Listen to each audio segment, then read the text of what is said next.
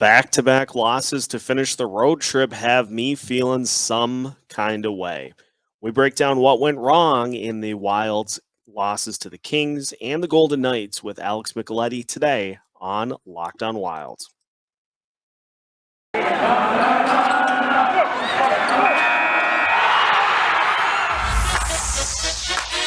You're Locked On Wild, your daily podcast on the Minnesota Wild, part of the Locked On Podcast Network, your team every day.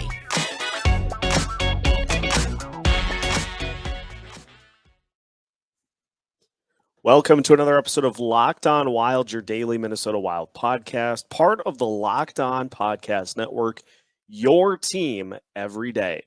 Thank you for making Locked On Wild your first listen every day. And just as a reminder, Locked On Wild is free and available wherever you listen to podcasts.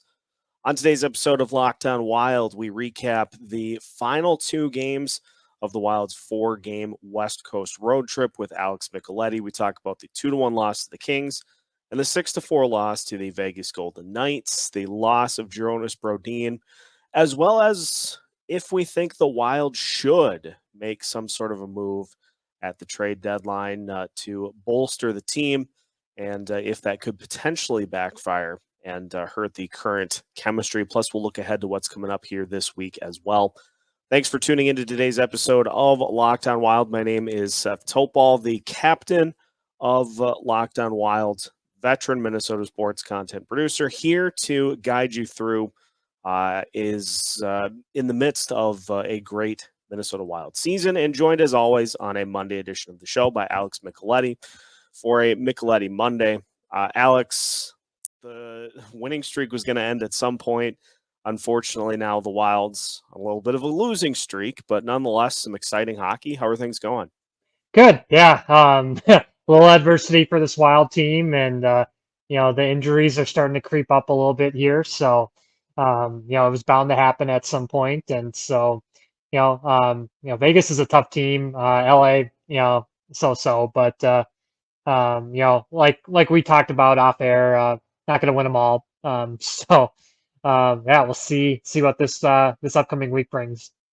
Yeah, it's going to be nice to get back home. And, I mean, you look at the last two games, a 2-1 loss to the Kings and then a 6-4 loss to the Vegas Golden Knights. And in terms of things that jumped out for me, I mean, the number of penalties that the Wilds have taken is starting to get back to kind of that early season level. Wild took 5 penalties against the Kings. Thankfully, the penalty kill was up to the task and gave up a couple of power play goals to the Golden Knights.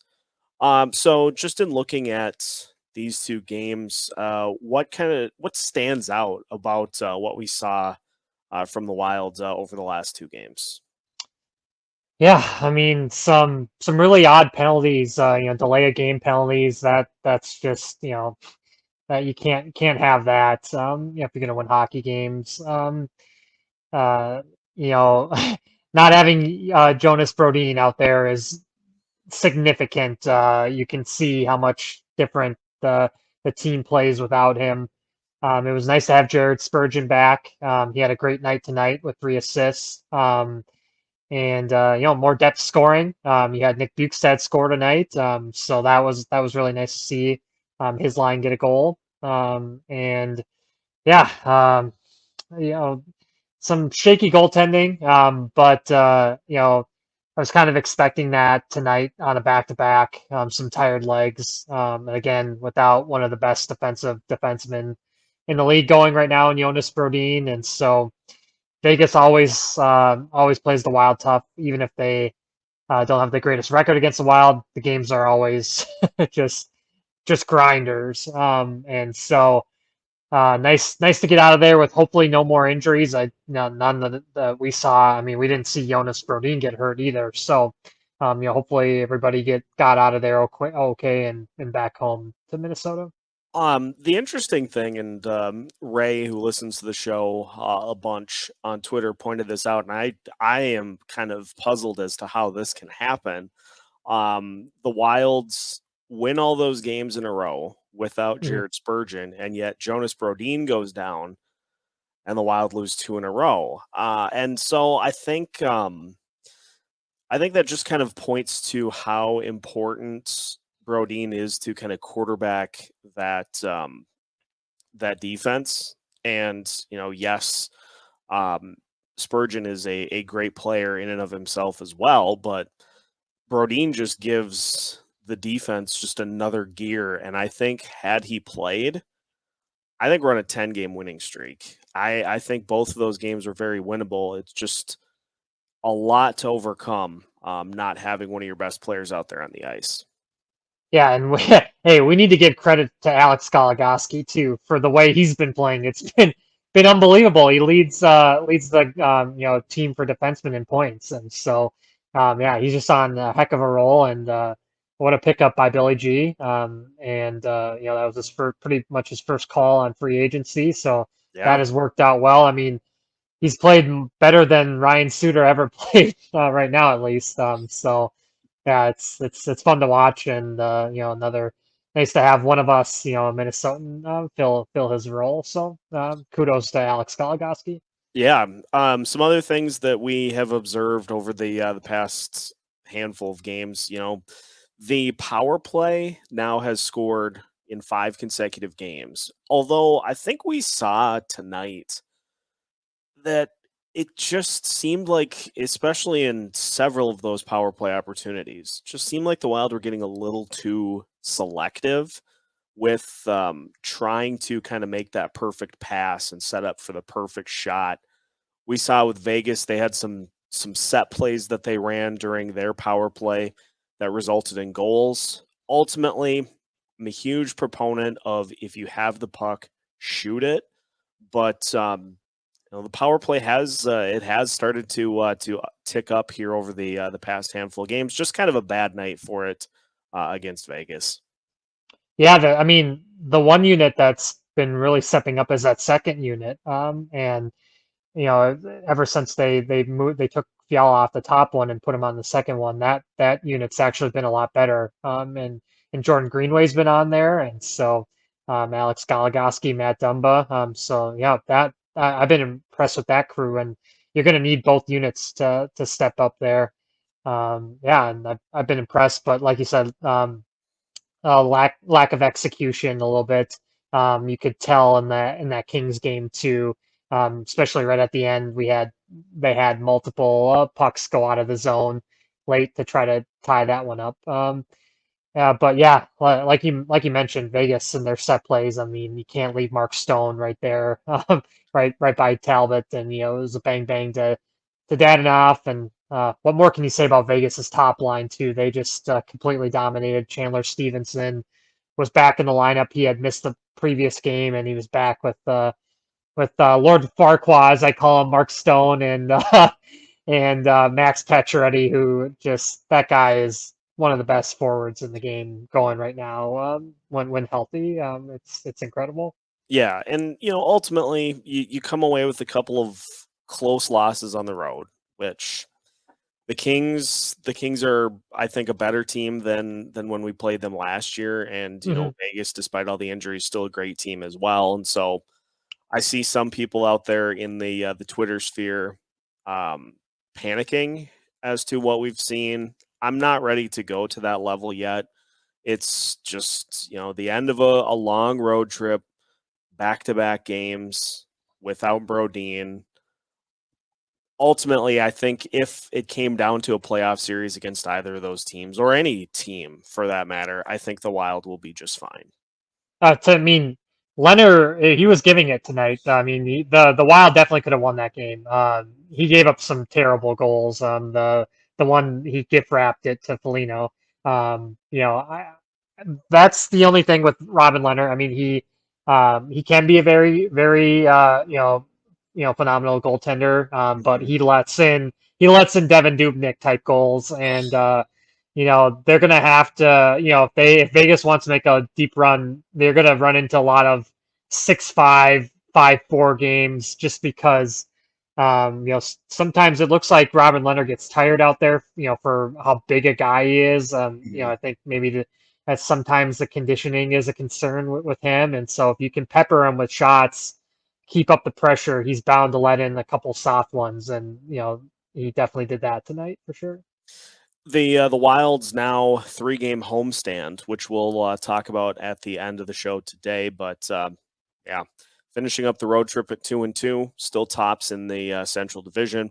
I did want to move on to a topic. We did a mailbag on Saturday and had a very interesting topic brought up that has led to me basically changing my mind as to my stance like 30 times. So, Alex, we're going to dive into that here in just a bit.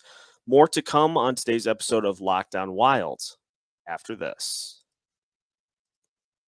Does this sound familiar? You've got one device that lets you catch the game live, another that lets you stream your favorite shows. You're watching sports highlights on your phone, and you got your neighbor's best friend's login for the good stuff.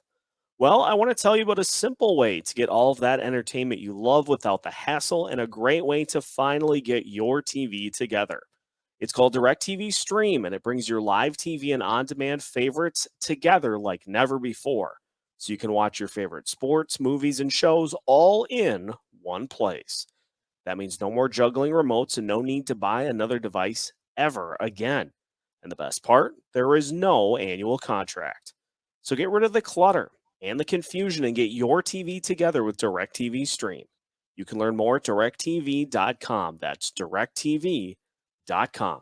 Compatible device required. Content varies by package. Continuing today's episode of Locked on Wild. And again, thank you for making Locked on Wild your first listen every day. We are free and available wherever you listen to podcasts. A Micheletti Monday edition of Locked on Wild. And Alex, I teased it before the break. Did a mailbag episode over the weekend because we got like a foot of snow down here. So I was snowed in with nothing to do. And we did have a listener submit the question that I think comes up a lot, especially with where this Wild team is at. Do you make a move at the deadline to, signify to the players that ownership is backing this team and that, there may be one or two players away from being a legitimate Stanley Cup contender? And so do you do that with a couple of factors to kind of keep in mind? Obviously, you've got guys down in Iowa that are ready to play as needed that factor into the future quite a bit. I still have super PTSD from the Martin Hanzal trade. And I'm torn between not wanting to upset the current chemistry with this club because I think that's a huge factor in their results. Ultimately, where do you fall in the should the Wild make a move or should they just kind of stick with what they've got as we get closer to the deadline? Yeah, I mean, it was really interesting this morning, or yeah, technically Sunday morning. Billy Guerin was on with Dan Barrera on KFan, and he talked about how he really believes in this core of guys right now. And he said, we got Ryan Hartman, Joel Eriksson-Ek, right up there and as top centers because, everybody's been clamoring for a center. So that was kind of interesting to hear him say that today. He said, top line centers aren't available right now. So, that really gave me an eye opener. Of course, that is the number one need still, I think.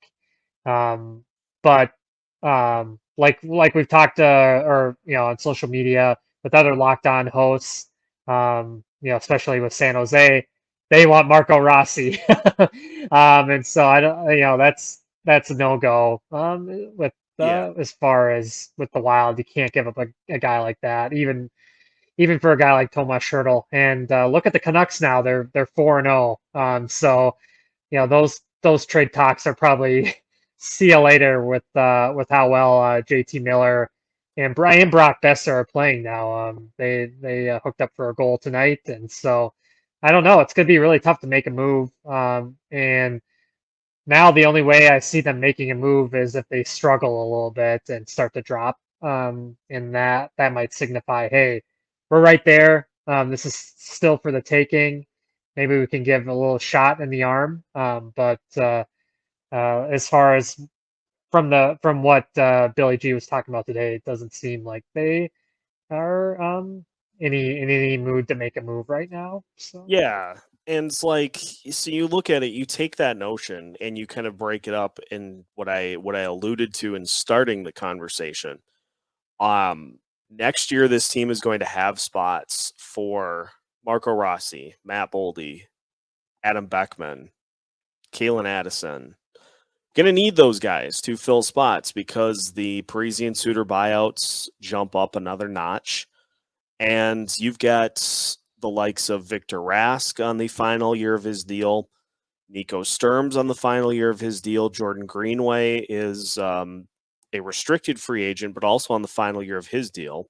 Kevin Fiala on the final year of his deal, while also being a restricted free agent. You're not going to be able to pay all those guys. And so you're going to need to have guys that can step in and be as seamless of a transition from this year to next year. And all four of those guys that I mentioned, Boldy, Rossi, Beckman, Addison, they give you that. And they're going to come in, and in some cases, they're going to be upgrades. Marco Rossi is going to be a big upgrade over Victor Rask. Matt Boldy, depending on which spot in the roster he takes, is going to be an upgrade. Adam Beckman is probably going to be an upgrade over the guys that we're losing. So, yeah, it kind of concerns me to have, and I'm just going to use it again because it's obviously the one that comes to everybody's minds. The Martin Hanzal trade. You're giving up, a first-round pick for a guy who comes in and Hanzal, he actually didn't do too bad with the Wild, which is crazy, but the team just cratered after they acquired him. And that, I think, is a legitimate concern. Yeah, I mean, like you mentioned too, I don't expect any of those four guys that have contracts up to be back with the Wild, and so um, we need those guys to stay where they are, keep Yep. seasoning in Iowa for sure, and come give them a good summer, and then come training camp time, go out and show up like a lot of them did, like Adam Beckman did. He had a phenomenal preseason and training camp. And so, yeah, it's a double-edged sword if you make a move. And they were so worried about Jonathan Taves, and so that they thought Chuck. I don't know who scouted Martin Hanzal, but especially coming from Arizona too. It's not like they were a powerhouse of a team. And so, yeah, I just never understood that move. So, if Billy G does make a trade, I think he goes big game hunting, and Yep. somebody above Martin Hanzal, because Martin Hanzal wasn't. I didn't ever consider him a top six center. No. He was more of a grinder. He was always a grinder for his career, just a gigantic dude. So yeah, and he after the Wild, he didn't have much of a career after that, so that made it made it look even worse. So yeah, but I mean the Central's there right for the taking. Mhm. It's gonna be really tough to get past Colorado. But for whatever reason they keep getting injuries. Landeskog's out for multiple weeks.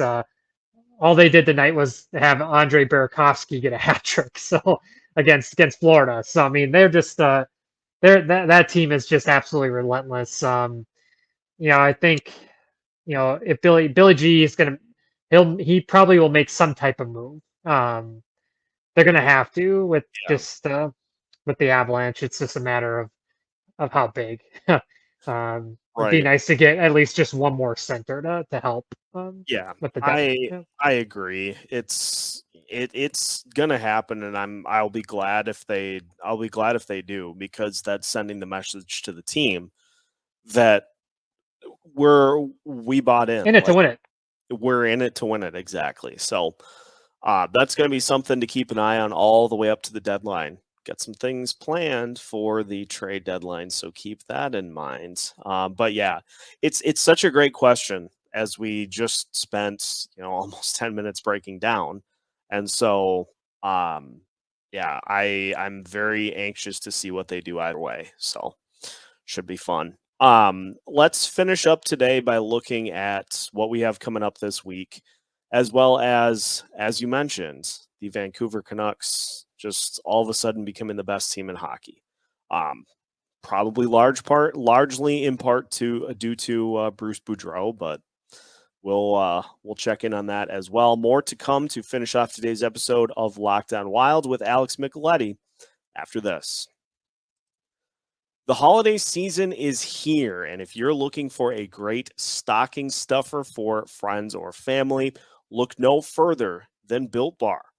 Built Bar is the protein bar that tastes like a candy bar, or even better than a candy bar.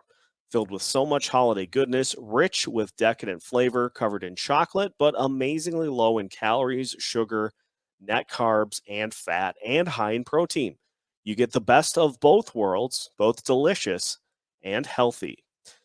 There are so many flavors to choose from as well. You'll have a hard time picking your favorite. Will you have raspberry or mint brownie, cherry or double chocolate, cookies and cream, or peanut butter brownie? So head to built.com, use the promo code LOCKED15, and you'll get 15% off of your order. Stuff those stockings at built.com, and remember to use the promo code LOCKED15 for 15% off at built.com. BetOnline.ag has you covered all season with more props, odds, and lines than ever before as the NFL continues its march to the playoffs. BetOnline.ag remains your number one spot for all the sports action this season. So head to their new updated desktop or mobile website to sign up today and receive your 50% welcome bonus on your first deposit. Make sure to use the promo code LOCKEDON to receive that welcome bonus. Everything from college basketball, the NBA, college football, NFL, NHL, boxing, and UFC right to your favorite Vegas casino games. Don't wait to take advantage of all the amazing offers available for the 2021 season. BetOnline.ag is the fastest and easiest way to bet on all of your favorite sports. BetOnline.ag, where the game starts. Final segment of today's episode of Locked On Wilds. Again, thank you for making Locked On Wild your first listen every day. December numbers to the moon.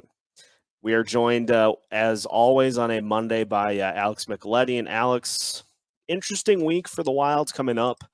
It starts with a doozy as the Wild will have to take on the Carolina Hurricanes on Tuesday night. And then after that, it eases up slightly as the Wild then will welcome the Buffalo Sabres, and an opportunity for the Wilds to kind of right the ship after this little 2-game slide, as then the Wild will take on the Florida Panthers at home. Florida is terrible on the road, which is just bizarre because they are one of the best teams in the entire NHL, but they cannot win road games. And so a nice winnable little 3-game stretch here before heading to Dallas a week from today.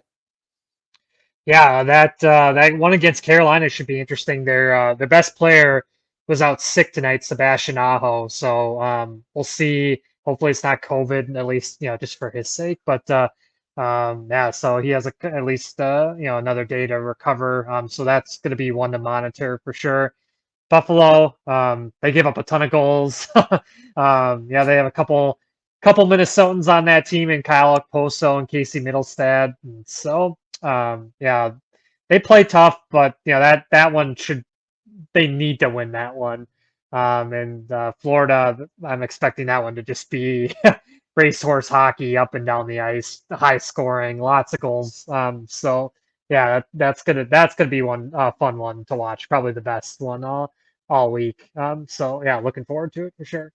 It's so weird to me because, as I pointed out with Florida, they're 14-1 at home, but they're 4-4-4 on the road. And I don't know what specifically to point to as to why that's the case, but they're going to be going right into the meat grinder in one of the best home environments in the NHL, that being the XL Energy Center.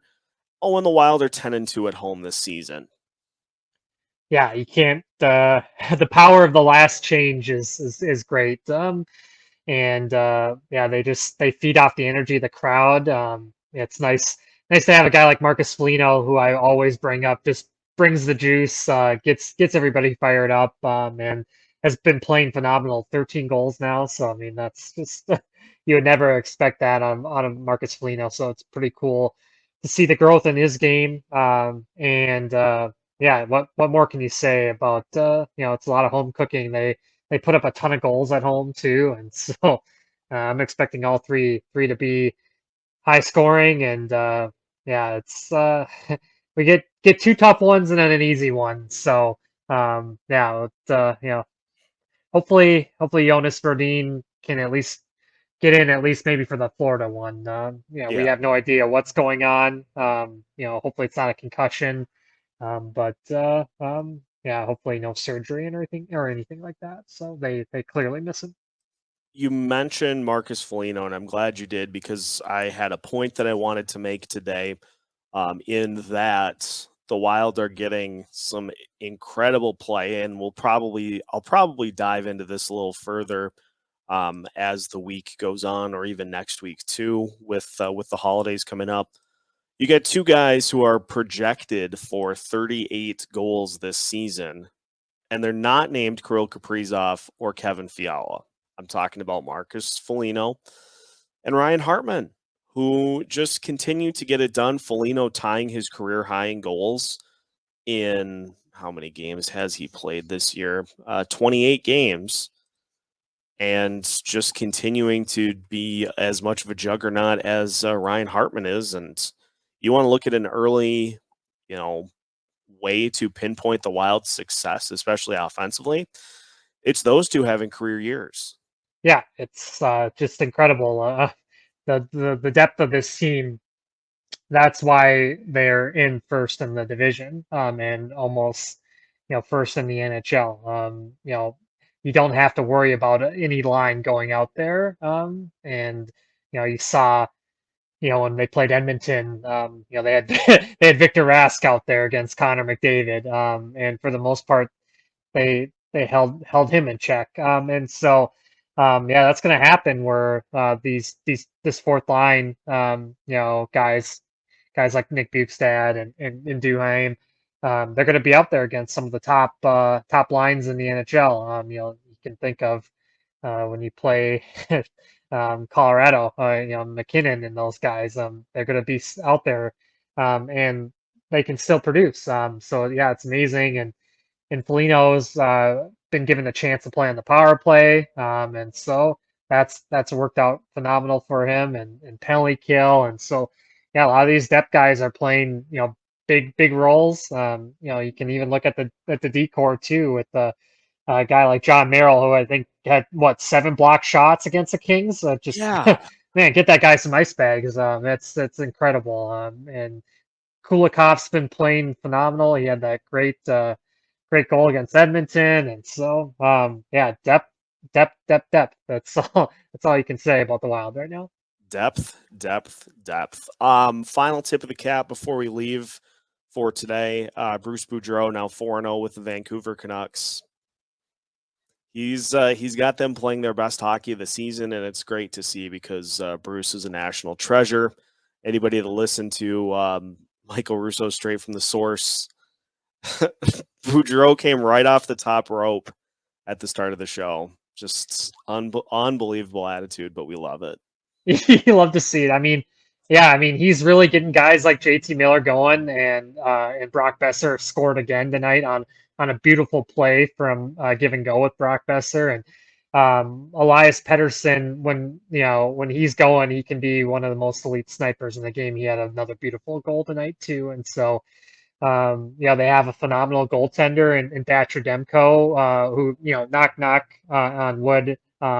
If the NHL still goes to the Olympics, Demko, I think, would be one of the 3 goalies. I mean, he's even playing better than Connor Hellebuck right now. So, Yes. and yeah, what can you say? More can you say? Depko's been in the nets all for every game that Bruce has been with the team, and then he's 4-0 on a four game winning streak against some good teams too. Carolina's one of the best teams in the league, and they also beat Winnipeg, who scores a ton of goals. So yeah, it's fun to see Bruce get another shot. And that team, that Canucks team, has a long ways to go, but yeah, cool to see a guy like Brock Besser, get his game going with under the leadership of Bruce. So we've got 4 in a row for Boudreaux, 2 in a row for Mike Yeo. Yeah, Philadelphia too. So it's just we've got they beat Vegas somehow. unbelievable. We've got former Minnesota coaches winning everywhere, and we love to see it. But that's going to cap off today's episode of Locked On Wild. Now that your first listen of the day is done, make sure that you head over to the Locked On Bets podcast, your daily one-stop shop for all of your gambling needs. Locked On Bets is hosted by your boy Q with expert analysis and insight from Lee Sterling. Locked On Bets is free and available wherever you listen to podcasts, just like Locked On Wild. Make sure that you follow along with us throughout the course of this Wild season, wherever you listen to podcasts. Also on social media, Facebook, Twitter, Instagram, and YouTube. We've got unique content on all of those platforms, trying to keep you as up to date on the Minnesota Wild as we possibly can. If a puck drops in the state of hockey, Locked On Wild is you covered with new episodes every Monday through Friday as part of the Locked On Podcast Network.